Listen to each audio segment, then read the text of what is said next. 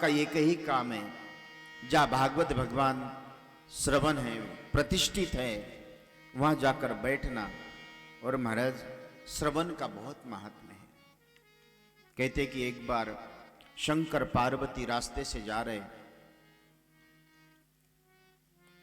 एक भूमि को भोलेनाथ साक्षात दंडवत कर रहे। पार्वती ने पूछा कि महाराज यहां आप इस भूमि को दंडवत क्यों कर रहे हैं? तो भोलेनाथ पार्वती से कहते, पार्वती आज से कई वर्षों बाद इस भूमि पे श्रीमद् भागवत ग्रंथ का वाचन होगा, इसलिए इतनी भूमि पवित्र है, इस भूमि को प्रणाम और दंडवत करे बिना मैं आगे नहीं बढ़ सकता हूं। ऐसा महात्म्य श्रीमद् भागवत ग्रंथ का है। इसलिए श्रोताओं, जहां हमारी क्षेत्र में शिव नारायण जी का बड़ा मनोगत भावों को भगवान ने पूर्ण करके श्रीमद् भागवत का श्रवण का प्रथम दिन, क्योंकि मनुष्य कहीं ना कहीं पाप वृत्तियों में प्रवृत्त रहता है। हो सकता है कि हमने ज्ञात अज्ञात रूप से ये स्तन ये भजन के लिए दिया है, भोग के लिए नहीं है। लेकिन मनुष्य अपने जीवन का जितना भजन के बिना भोग में अनेकों समय वायु बीत गई, जन्म जन्म मुनि जत न कराही, जन्म जन्म मुनि जत न कराही, जन्म जन्म मुनि जत न कराही, जन्म जन्म मुनि जत न कराही, अंतरा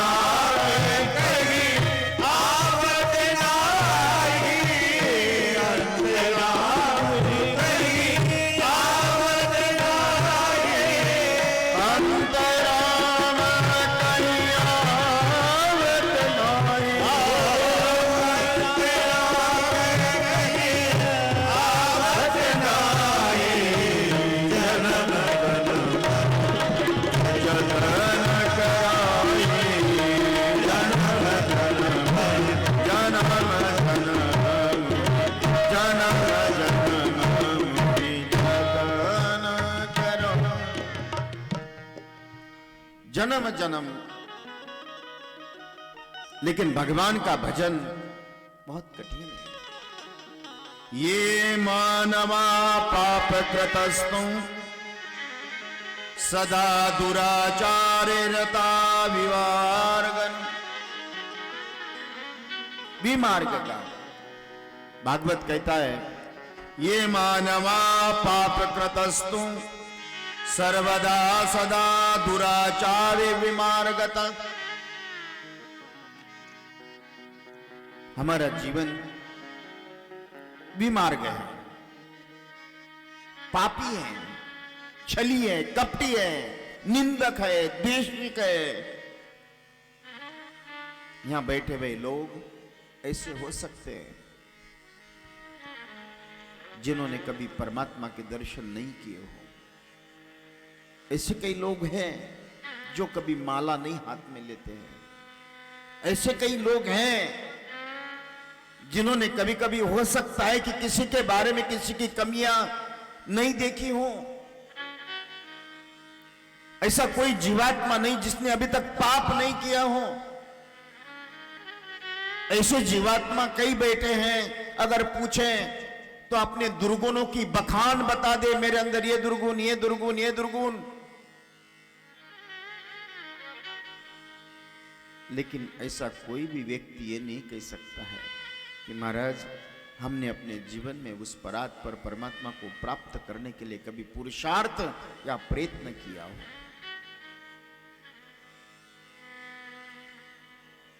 ये जितने भी मनुष्य ने हम मनुष्य जीवन में आकर कर्म किए हैं, या जो हमने कर्म किया है, या करने जा रहे हैं, ये जीवन उसके लिए नहीं है।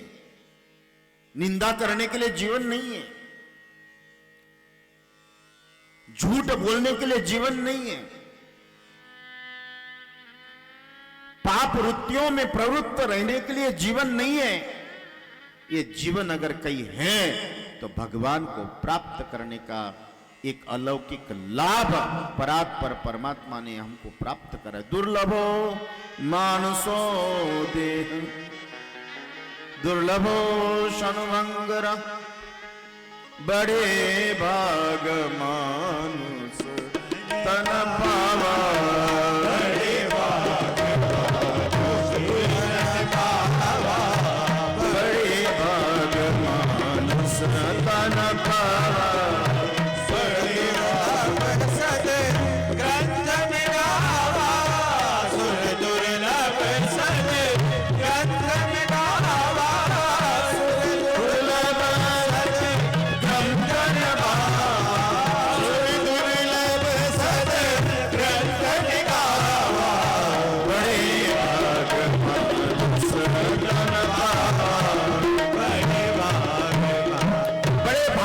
परात्पर परमात्मा ने हमको ये जीवन दिया है। ये जीवन किसी ने, मनुष्य ने, पद ने, पैसे, प्रतिष्ठा, परिवार, खेती बाड़ी, सोना चांदी, हीरे मोती जवाहरात, कोई डॉक्टर, साइंस, इन्होंने हमको जीवन नहीं दिया। अगर कोई जीवन दिया है तो मेरे नारायण के कृपा से हमको जीवन प्राप्त हुआ है। इसलिए श्रोताओं, जिस नारायण के कृपा से प्राप्त हुआ, उस नारायण के लिए हमने किया क्या है? अगर कुछ करना है तो शिव नारायण जी जैसे व्यक्तित्व से प्रेरणा ले और कुछ कथा श्रवण या कराने का सौभाग्य भी अपने जीवन में प्राप्त करा ले। ये जीवन की अलौकिकता है महाराज।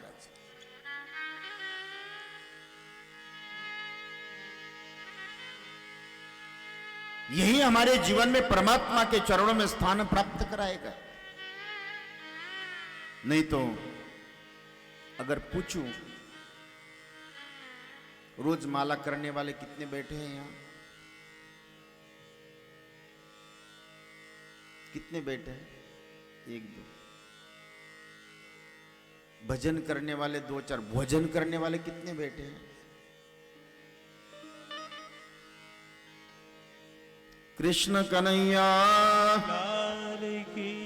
सावरिया से रे मन सीताराम बोल, रे मन राधे कृष्ण बोल, रे मन सीताराम बोल, रे मन राधे कृष्ण बोल।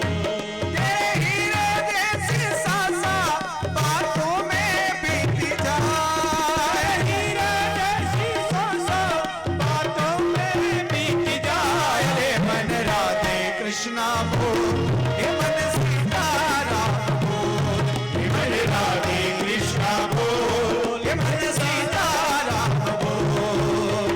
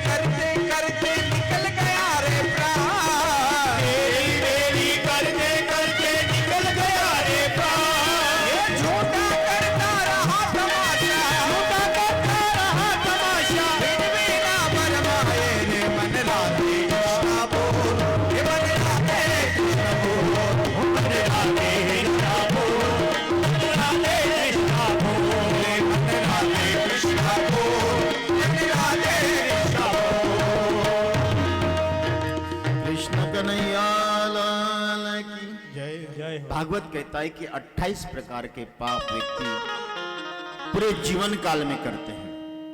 ये मानवा प्राप प्रतस्तु सर्वदा सदा दुराचारित विमार्ग क्रोधाग्निदग्धा कुटिलाच कामिनी सप्ता यज्ञेन कलो पुनन्ति सत्येन हिना पितृमातृदोषिका सप्ता यज्ञेन कलो पुनन्ति पंचोग्र पापा छल छद्म कारिणी सप्ता यज्ञेन कलो पुनन्ति। ऐसे 28 प्रकार के पापों का वर्णन,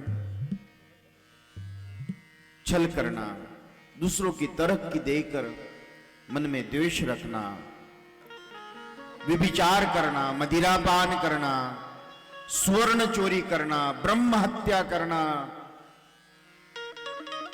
ऐसे कई पापों से अगर मुक्त होना है तो कहते हैं कि महाराज श्रीमद् भागवत ग्रंथ का वाचन सप्ताह यज्ञेन कलो पुनन्ति कायेन वाचा मनसापि पातकं नित्यं प्रवृन्ति शटाटे परस्वपुष्टा मलिना दुराशया सप्ता यज्ञेन कलो पुनन्ति। ऐसे कई दोषों का निराकरण श्रीमद् भागवत ग्रंथ श्रवण करने से और सत्संग में जाकर उस परात्पर परमात्मा का श्रवण, इसलिए श्रीमद् भागवत ग्रंथ का विशेष कर महाराज वर्णन आता है।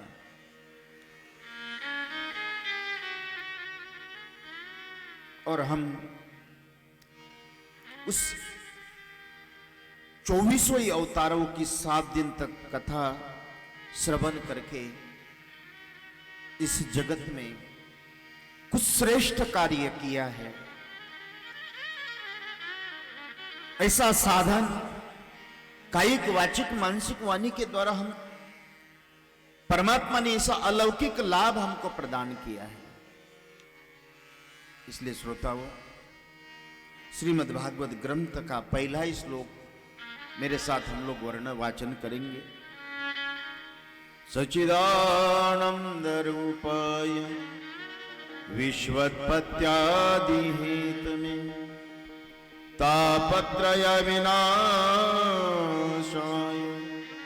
श्री कृष्णाय वयम्। परमात्मा का स्वरूप सत चित घन और आनंद, जिसका स्वरूप ही सत्य का आधार है। इसलिए महाराज भगवान कहते हैं, अगर मुझे समझना है तो अपने अंतर मन में सत्य की प्रतिष्ठा करना। अब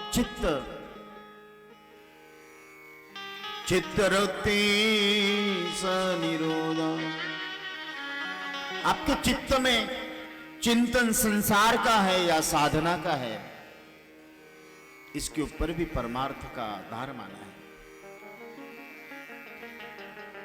और तापत्रय विनाशाय, कि त्रिविध आपका ऐसा कोई दुख नहीं है। ईशा कहते हैं कि कोई भी अब संसार का जो दुख आपके पास में है, बाल्यकाल से लेकर वृद्ध काल तक जो भी आप दुख अपने जीवन के समाप्त करना चाहते हो, तो सावरिया सेठ के चरणों में समर्पित हो जाओ। आपके सारे कष्ट नष्ट करने का कार्य मेरे बाके बिहारी और सावरिया सेठ भगवान कृष्ण करते हैं। महाराज, ये भागवत में लिखा हुआ है, क्यों मैं नहीं कह रहा हूं। तापत्रय विनाशाय, आदिदैवी, आदि भौतिक और आध्यात्मिक,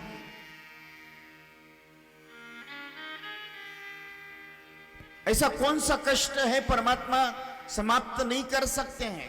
ऐसा कौन सा अंधेरा है सूर्य अपने उजालों से समाप्त नहीं कर सकता है?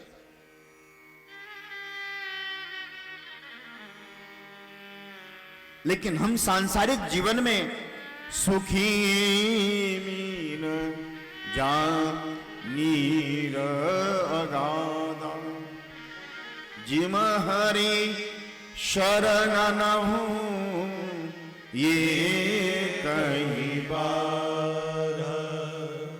सुखी मीन जा नीर अगाधा जिम हरि शरण नहु ये कई बाधा। और यही भागवत कहता है तापत्रय विनाशाय। त्रिविध सभी प्रकार का संताप ताप समाप्त करने का कार्य उस परात्पर परमात्मा के चरित्र का चिंतन। महाराज, जैसे आप दुकान में वस्तु खरीदने के लिए जाते हो, पैसा दिया और दुकानदार वस्तु देता है। मैं भी यही कहता हूं, आप भावनात्मक दृष्टि से कृष्ण का भजन करें, आपके संसार के सारे संताप समाप्त करने का कार्य उस परात्पर परमात्मा करता है। क्या कहते हैं?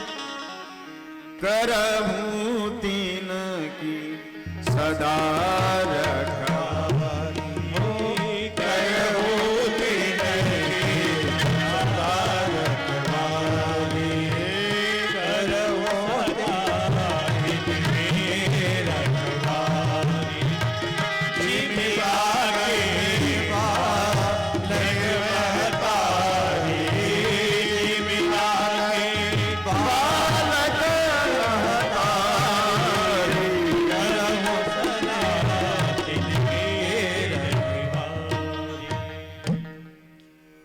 करहूं तिनकी सदा रख जिम राखे बालक महतारी। मां जिस तरह से अपने बालक का ध्यान रखती है, मेरे नारायण कहते हैं कि मैं अपने भक्त का उसी तरह से ध्यान रखता हूं। महाराज,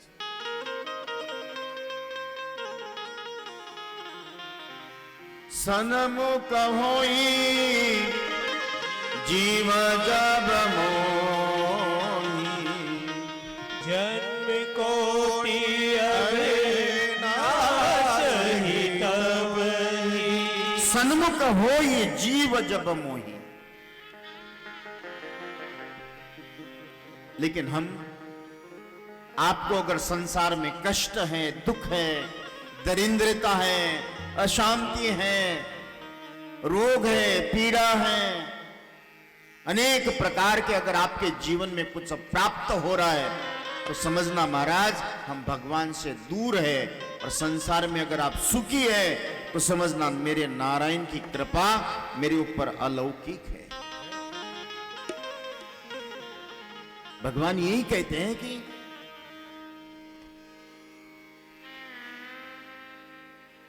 अगर आपके संसार में कष्ट है,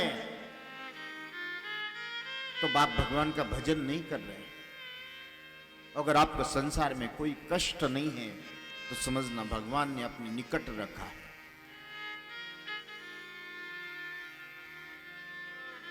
ये उसका सिद्धांत है। किसी भी प्रकार को अगर आपको अपने दुख का एहसास हो रहा है, तो परमात्मा ने दुनिया बना दी। और हर एक तरह का सुख का एहसास है, तो समझना ईश्वर के निकट है। पेड़ के छाया के नीचे बैठने के बाद महाराज, पेड़ के नीचे बैठ जाओ, अपने आप छाया आएगी। ऐसे पेड़ के नीचे भी मत बैठना। बड़ा हुआ तो क्या हुआ, जैसे पेड़ बैठन को छाया नहीं, फल लागे अधिरो। छोटे मोटे देवताओं के पेड़ के नीचे मत बैठना। अगर बैठना ही है तो सावरिया सेठ रूपी वट वृक्ष के नीचे बैठ जाओ, आपको संसार में कोई कष्ट नहीं होता। ये तापत्रय विनाशाय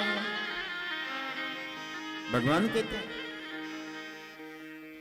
सच्चिदानंद रूपाय विश्वोत्पत्त्यादि हेतवे तापत्रय विनाशाय श्री कृष्णाय वयम।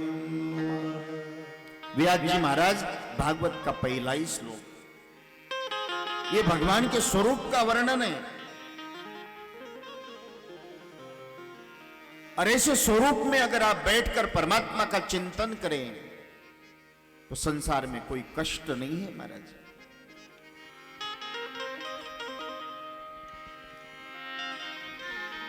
ईश्वर से हम लोग मन बुद्धि के द्वारा दूरियां बनाने से दुख आते हैं, और परमात्मा के निकट रहने से किसी प्रकार का दुख नहीं आता है। जिस तरह से एक बालक अपने मां के गोद में ब्रह्मांड का सुख का एहसास करता है, इसी तरह से एक भक्त अपने भगवान के गोद में बैठने से संसार में सारे कष्टों से मुक्त होकर परमात्मा का चिंतन करता है महाराज।